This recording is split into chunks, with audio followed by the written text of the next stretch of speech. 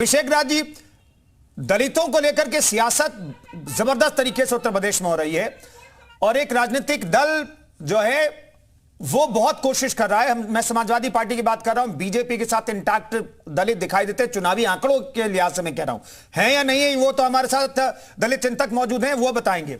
लेकिन मैं जानना चाहता हूं, पार्टी को मजबूत करने के लिए और खासतौर पर कुछ खास वर्ग को जोड़ने के लिए कांग्रेस की प्लानिंग 2024 के मद्देनजर क्या है, उत्तर प्रदेश स्पेसिफिक?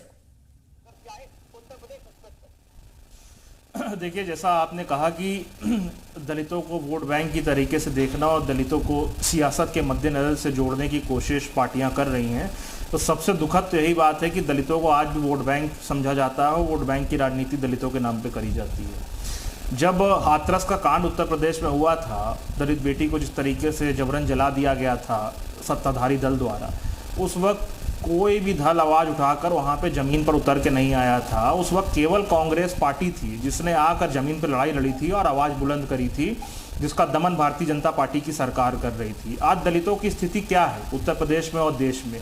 आज भी दलितों को जूझना पड़ रहा है कि शादी में वो घोड़ी पर सवार हो सकें। मध्य प्रदेश का अभी एक वीडियो वायरल हुआ था जिसमें घोड़ी पर सवार होकर एक दूल्हे को जाने नहीं दिया जा रहा था क्योंकि गांव के दबंग लोग उस पर पत्थरबाजी कर रहे थे और मारपीट कर रहे थे। पुलिस प्रोटेक्शन भी उसको दी गई, तो पुलिस को भी मारा गया, पीटा गया, लड़ाई झगड़ा हुआ। तो दलितों की स्थिति इस देश में ये है आज भी, आज़ादी के 75 वर्षों के बाद। और भारतीय जनता पार्टी इतनी बड़ी बड़ी बातें करती है और भी दल कहते हैं कि हम दलितों के हितैषी हैं। भारतीय जनता पार्टी में क्या इतनी सी भी हिम्मत है कि किसी दलित को राष्ट्रीय अध्यक्ष बना दे? एक दलित को राष्ट्रीय अध्यक्ष बनाया था, उसको स्कैंडल में फंसा के और उसको बदनाम करा दिया। आज भारतीय जनता पार्टी के अंदर बिल्कुल भी हिम्मत नहीं है। कांग्रेस पार्टी में हिम्मत है कि दलित को राष्ट्रीय अध्यक्ष बनाती है। क्या संघ का सरसंचालक जो है कोई दलित व्यक्ति बन सकता है? जिसका जवाब नहीं, ये वक्त की बात है। अभिषेक राज जी, ये आपने अभी बना दिया तो बीजेपी भी अभी बना दी, ये वक्त की बात नहीं है। ये सवाल मुझे गैर वाजिब लगता है। वक्त की बात नहीं है, ये राजनीति, ये वक्त की नहीं, ये राजनीति की बात है। जब नए पार्लियामेंट का उद्घाटन हुआ तो एक दलित राष्ट्रपति महिला जो हैं उनको बुलाने में भारतीय जनता पार्टी को नहीं, लेकिन उसी दलित को राष्ट्रपति किसने बनाया है? तो ये सवाल पूछा जाता है कि उसी दलित को राष्ट्रपति किसने बनाया? क्या कांग्रेस ने बनाया? कांग्रेस ने समर्थन किया था उस दलित राष्ट्रपति को बनाने के दौरान? बना दिया वोट बैंक दलित को। भाई, आप दलित को राष्ट्रपति बना दीजिए, कुछ बना दीजिए, हाथ में ताकत नहीं। गंगाराम जी हमारे साथ मौजूद हैं। गंगाराम जी, ये जो उत्तर प्रदेश में सियासत हो रही है दलितों को लेकर के, इसे किस तौर पर देखा जाए? और कुछ आंकड़ों का जिक्र बार बार होता है कि भाई दलित जिन जिलों में ज्यादा हैं, जिन सीटों पर ज्यादा है, वहां पर बीजेपी लगातार चुनाव जीत रही है। इसका मतलब क्या है? देखिए, कांग्रेस के जो प्रवक्ता हैं अभी महामहिम राष्ट्रपति जी के बारे में जो बातें कर रहे थे, अगर इनको अनुसूचित जाति जनजाति से इतना ही लगाव था तो द्रौपदी मुर्मू जी के खिलाफ इनको प्रत्याशी ही नहीं उतारना चाहिए था। तब तो द्रौपदी मुर्मू जी को राष्ट्रपति ना बनने पाए। कांग्रेस ने पूरी ताकत लगाई। उत्तर प्रदेश में एक दलित को इन्होंने प्रदेश अध्यक्ष बनाने का काम किया और वो जब अपने 2 कार्यवाहक जिला अध्यक्ष बना दिया तो उसके ऊपर चाबुक ऊपर से चल गया। ये तो काठ का उल्लू पैदा करते हैं। आज़ादी के बाद से लगातार दलित समाज के साथ कांग्रेस ने लंबे समय तक बाबू जगजीवन राम का चेहरा दिखाते रहे कि बाबू जगजीवन राम देश के प्रधानमंत्री बनेंगे, और जब प्रधानमंत्री बनाने की बारी आई तो दूसरा चेहरा सामने ले आते थे। तो इस तरह कांग्रेस ने हमेशा गरीबी हटाओ का नारा देकर दलित समाज को गरीब बना करके रखा है। तो ऐसे लोग जो दलितों की हमदर्दी करने का काम करते हैं, हमदर्दी दिखाने का काम करते हैं, तो मुझे लगता है कि वो समाज को बेवकूफ़ बनाने का उनका एक सोची समझी साजिश है। हम इसका खंडन करते हैं। और जहाँ तक दलित समाज अब जागरूक हुआ है, अब दलित समाज को बहुत ज्यादा कोई गुमराह नहीं कर सकता है क्योंकि दलित समाज के अंदर शिक्षा का स्तर बढ़ा है, उनके अंदर सोच ठीक है। दलितों को कोई गुमराह नहीं कर सकता। दलित समाज बहुत विचार आया, अब समझदार हो गया है। गंगाराम जी कह रहे हैं और हमारे साथ श्रीवास्तव जी भी जुड़ गए। हरिचंद्र श्रीवास्तव, क्या एक दलित के घर सिर्फ खाना खाने नाश्ता कर लेने से दलित आप लोगों के साथ हो जाएंगे? क्योंकि दलित बहुत समझदार हो गया है। गंगाराम जी, दलित चिंतक ये कह रहे हैं। देखिए, भारतीय जनता पार्टी दलित और टुकड़ों टुकड़ों में बांट के समाज को नहीं देखती। भारतीय जनता पार्टी सबको एक रूप में एक समान देखती और भारतीय जनता पार्टी समाज को की समृद्धि और खुशहाली के लिए काम करती है, अंत्योदय के लिए काम करती है और जो लोग जात पात की राजनीति करके इस समाज के टुकड़े टुकड़े में बांटने का काम किया, उन्होंने राष्ट्र की मुख्यधारा को कमजोर करने का काम किया। भारतीय जनता पार्टी के लिए दलित समाज के लोग भी उतने ही सम्मानित हैं जितने अन्य लोग जी। उनका भी वही स्तर है जितना अन्य लोगों।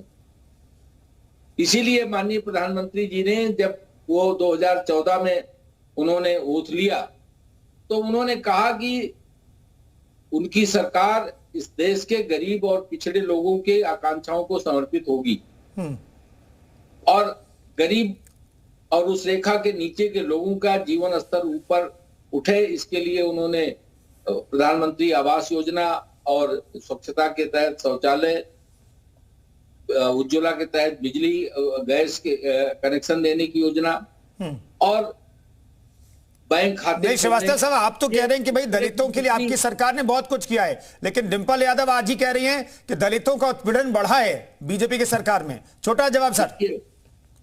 कहीं ये कहना कि दलितों को उत्पीड़न बढ़ा है, ये बिल्कुल सरासर गलत है। और अगर कहीं किसी ने अपराध किया है तो योगी सरकार ने किसी को बख्शा नहीं जी। अपराध अपराध है, वो दलित के साथ हो, पिछड़े के साथ हो, किसी के साथ, समाज में किसी व्यक्ति को के साथ अगर अन्याय होता है, किसी को सताया जाता है, किसी को पीड़ित किया जाता है, तो जो भी अपराध करने वाला है वो अपराधी है और उसके खिलाफ सरकार दंड सुनिश्चित करती है और जो पीड़ित है उसको न्याय दिलाने का काम करती है, उसके साथ पूरी संवेदनशीलता के साथ खड़ी रहती है। ठीक है सुनील जी, ये जो दलितों को लेकर के जो सियासत हो रही है उत्तर प्रदेश में, हम देख रहे हैं समाजवादी पार्टी कई कार्यक्रम चला रही है और अम्बेडकरवादी वाहिनी भी शायद समाजवादी पार्टी ने गठित किया है अपने संविधान में संशोधन करके, और कांशीराम जी की मूर्ति का भी अनावरण किया अखिलेश यादव ने, और दलितों के पास को जाने की कोशिश करता है तो बयानबाजी भी समाजवादी पार्टी की तरफ से बहुत हो रही है। इसका मायने मतलब क्या निकाला जाए? दलित किस ओर जाएंगे ये तो दलित तय करेंगे, लेकिन क्या तमाम राजनीतिक दल जो हैं लुभाने की कोशिश करें दलितों को? 22% वोट बैंक पर सबकी नजर दिखाई दे रही है क्या? नहीं कुंदन जी, ऐसा नहीं है कि पहली बार उत्तर प्रदेश में हो रहा है। पहले भी जब काशीराम जी ने राजनीति शुरू की थी तब भी दलितों के इर्द गिर्द राजनीति का चक्र चला था जी। और निश्चित तौर से तमाम बड़े नेता दलित कैसे आए साथ में, इसके लिए बड़ा रणनीति बनाई गई। और मुलायम सिंह यादव जब मुख्यमंत्री बने तो मुलायम सिंह यादव जी ने भी यह स्वीकार किया कि बिना दलितों के हम सत्ता में नहीं आ सकते। चाहे भारतीय जनता पार्टी हो, चाहे सपा हो, चाहे बसपा हो, तीनों पार्टियों की सरकारें बनी हैं तो बिना दलितों के समर्थन के नहीं बनी। ये सारे राजनीतिक दल जानते हैं। लेकिन देश में पहली बार किसी प्रधानमंत्री को दलितों के पैर धोते हुए देखा, ये इतिहास है। क्या किसी राजनीतिक दल के नेता ने इस तरीके का प्रमाण दिया क्या? जी। दूसरी बात, जो भी दलितों की उत्पीड़न की बातें आ रही हैं, जहां तक मेरा अनुभव है, जब समाजवादी पार्टी की सरकार बनी, जब बहुजन समाज पार्टी के तत्काल बाद, तो जितने भी अंबेडकर पार्क तोड़े गए उसकी समीक्षा कर ली जाए कि कितने अंबेडकर पार्क तोड़ दिए गए थे, कितने दलितों के खिलाफ मुकदमे लिखाए गए उसकी समीक्षा कर ली जाए। नहीं सुनील कौशिक जी, आप कब की बात कर रही है? ये मैं कह रहा हूं, ये मैं कह रहा हूं जब मुलायम सिंह यादव जी की सरकार बनी और फिर तत्काल बाद, उससे पहले जब बहुजन समाज पार्टी की बात थी, जब 3-1-10 का एक्ट आया और 3-1-10 के मुकदमे जब लगे उसका था, और ये समाजवादी पार्टी के नेताओं ने दिया था नारा कि 3-1-10 का एक ही है कि 302। तमाम नेता कहते हुए उस समय सुने गए थे धरातल पर। तो उस समय क्या हुआ? क्या उस समय दलित नहीं थे क्या?